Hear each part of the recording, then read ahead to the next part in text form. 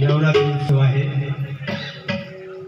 आदिमाया भवानी सिंहासनी बसलेली आहे आणि तिचा हा जागर आहे, गोंधळ आहे। आपण सगळ्यांनी मिळून आईचा गोंधळ करूया।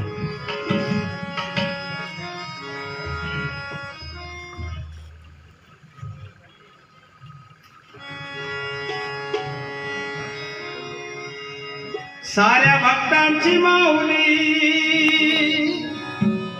तू गधीनांची सावली, भक्त हा केला धावली आई नवसाला पावली। अश्विनी शुद्ध प्रतिपदेला बैसली सिंहासनी, अश्विनी शुद्ध प्रतिपदेला बैसली सिंहासनी। आई तुझा गोंधळ, आई तुझा गोंधळ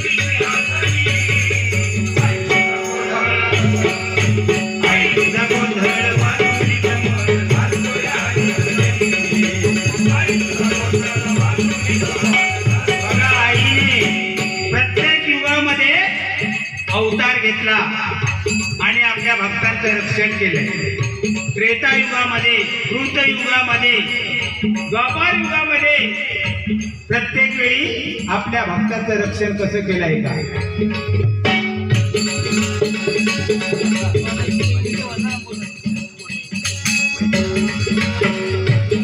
कृत युगात तू पार्वती,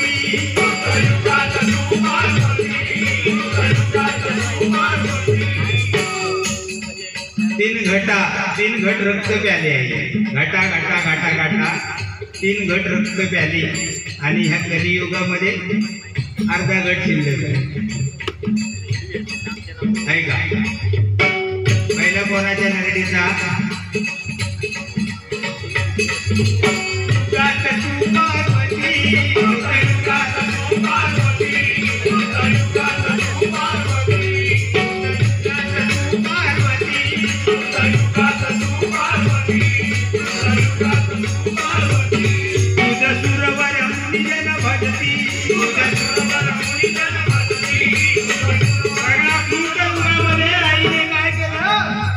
पार्वती आईने आपल्या भक्तांचं, देवाधिकांचं रक्षण केलं। कारण दैत्य एवढे मानले होते त्यावेळी, देवांना सुद्धा ते प्रबळ झाले होते।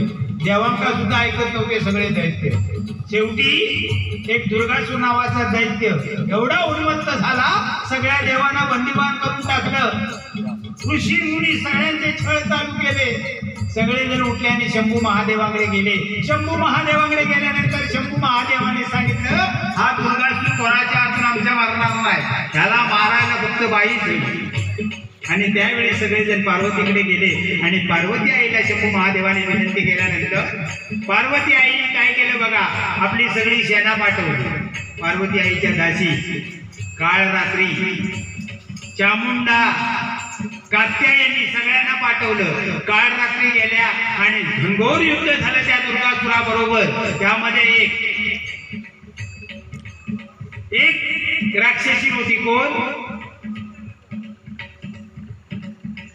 तिने काय केलं बघा, काय करायचा, ह्या युद्ध झालं की सगळे दैत्य मारायला लागल्याबरोबर त्यांचा जो गुरु होता कोण शुक्राचार्य, तो काय करायचा, संजीवनी घ्यायचा, संजीवनी मंत्र टाकायचा आणि सगळ्या दैत्यांना पुन्हा जिवंत करायचा. व्हायचा काय, सगळे मेलेले जीवन परत उठून उभे राहायचे, म्हणजे जायच्या तर एक सैन्य मारायचा नाही. देवांका पंचायत जरी करायचं काय, शेवटी त्या काळरात्रीने काय केलं बघा, आपल्या गुप्तांगामध्ये त्याला घेतला आणि दडवून ठेवला. कोणाला, शुक्राचार्य. कशामध्ये ठेवला, गुप्तांगामध्ये ठेवला. त्याच्यामुळे तो काय झाला, भ्रष्ट झाला. त्याची संजीवनी विद्या तो विसरला आणि मग पार्वती आईचं आणि ह्या भस्मासुराचं, म्हणजेच कोण, दुर्गासुराचं, महिषाच्या रूपामध्ये आला म्हणून तो महिषासुर. महिषासुराचं दोघांचं युद्ध झालं. 9 दिवस युद्ध चाललं आणि त्यावेळी शंभू महादेवाने पार्वती आईला आशीर्वाद दिला की याच्या पुढे अश्विनी शुद्ध प्रतिपदेला तुझी प्रतिष्ठा, प्रत्येक जण प्रत्येक वर्षी तुझी पूजा करतील, तुझी घटस्थापना करून त्या ठिकाणी तुझी पूजा अर्चा होईल, तुझी भक्ती करतील असा आशीर्वाद दिला. आणि तिथपासून हा दुर्गाष्टमीचा सण आपण दरवर्षी साजरा करतो. युगात तू पार्वती, युगात तू पार्वती, युगात तू पार्वती, युगात तू पार्वती, युगात तू पार्वती, युगात तू पार्वती.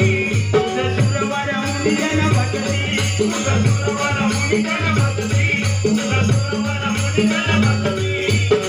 आदिशक्ती माय भवानी तुला संबोधिती, आदिशक्ती माय भवानी तुला संबोधिती, आदिशक्ती माय भवानी तुला संबोधिती. भस्मासुराची असुर मातले भार, भस्मासुराची असुर जगी मातले भार, भस्मासुराची असुर जगी मातले भार. देवादिकांचा छळ सारे करते अपार,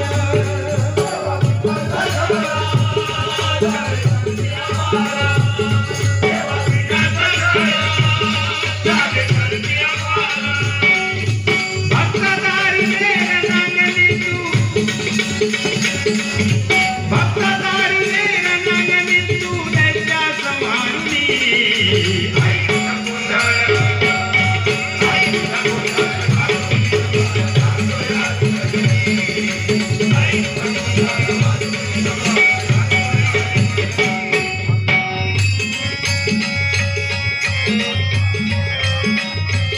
त्रेतायुगी तुझाली सीता, त्रेतायुगी तुझाली सीता, त्रेतायुगी तुझाली सीता.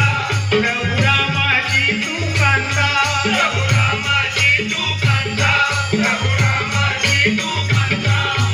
पत्नी धर्म पाळीला तू वनवास भोगिता, पत्नी धर्म तू पाळीला भोगिता, पत्नी धर्म तू पाळीला वनवास भोगिता.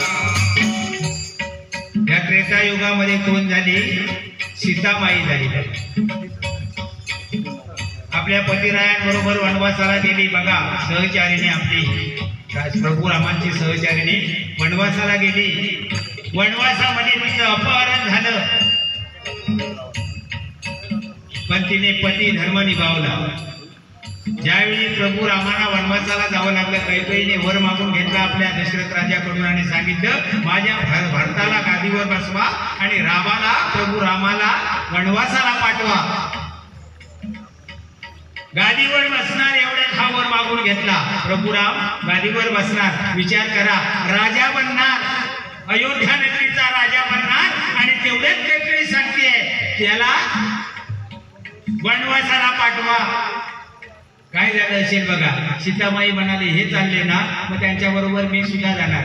गेली वनवासामध्ये, रावणाने अपहरण केलं आणि शेवटी प्रभू रामाने रावणाला ठार मारलं.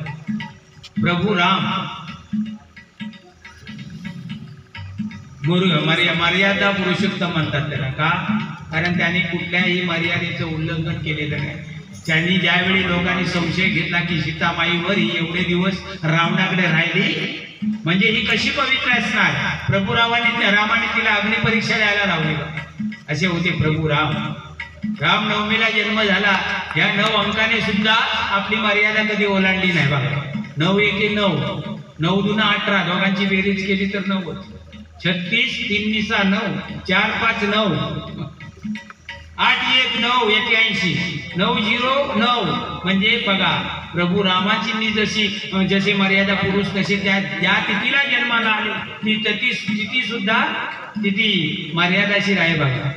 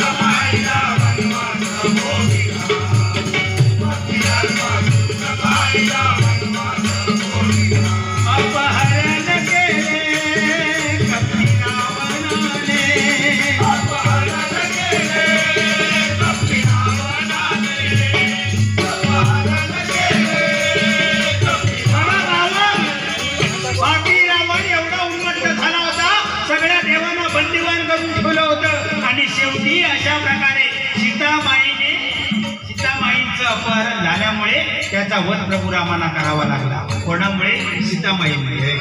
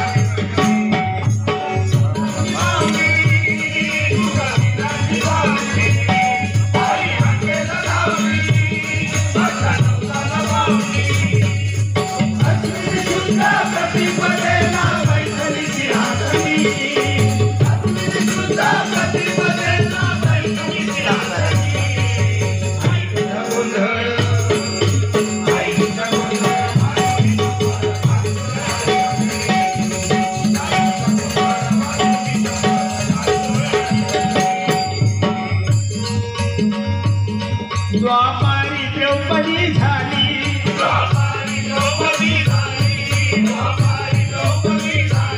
दुर्योधनाने विटंबना केली.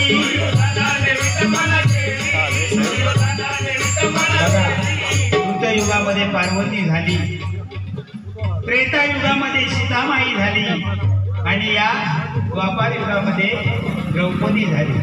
द्रौपदी झाली म्हणून वस्त्रहरण झालं तिचं आणि बघा या सगळ्या कौरवांचा नाश झाला. कारण का? द्रौपदी हसली नसती त्या दुर्योधनाला तर पुढे हा महाभारत हे घडलं नसतं. बघा एकदम क्रोधायमान झाला तो, म्हणाला कधी एकदा हिचं बदलो घेतोय, वाटच बघित होतो. आणि शेवटी युद्धामध्ये पांडव हरल्यानंतर भर सभेमध्ये तिची अफूट लुटली, तिच्या अंगावरची सगळी वस्त्र काढून घेतली. बघा ऐका. द्वापारी द्रौपदी झाली, द्रौपदी झाली, द्वापारी द्रौपदी झाली. दुर्योधनाने विटंबना केली, दुर्योधनाने विटंबना केली, दुर्योधनाने विटंबना केली. सभेत सफेद वस्त्रे फेडून त्या मानी अंगुरुकिनी सफेद वस्त्रे फेडून त्या मानी अंगुरुकिनी सफेद वस्त्रे फेडून त्या मानी अंगुरुकिनी डोळे अग्नी जाहले सारे पांडवांगे डोळे अग्नी जाहले सारे बघा ह्या पाच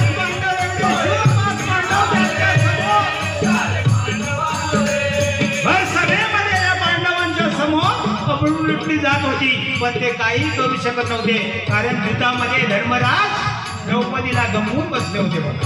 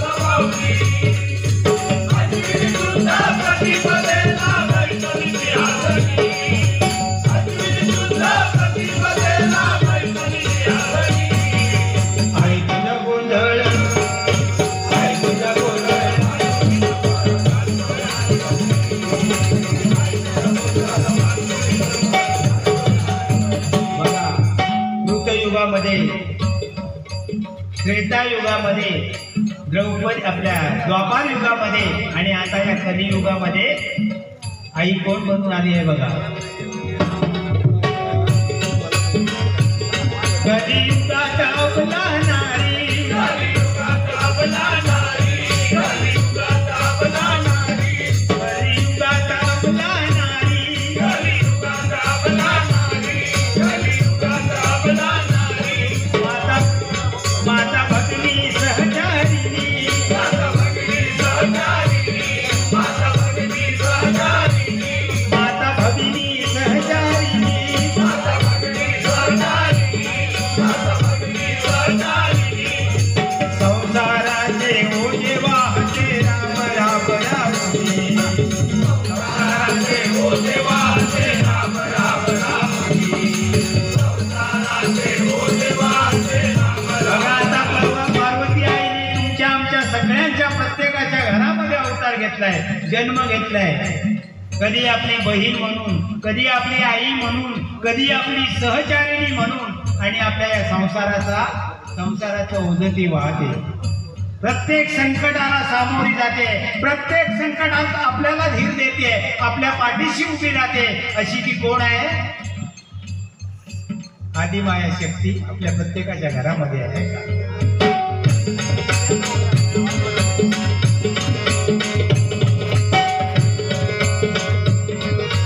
संसाराचे ओझे वाहते राम राम रामुनी संसाराचे ओझे वाहते राम राम रामुनी संसाराचे ओझे वाहते राम राम रामुनी आई तुझा आधार सारी संसार आई तुझा आधार सारी संसार आई तुझा आधार तुझ्या चरणावर आपला निर्धार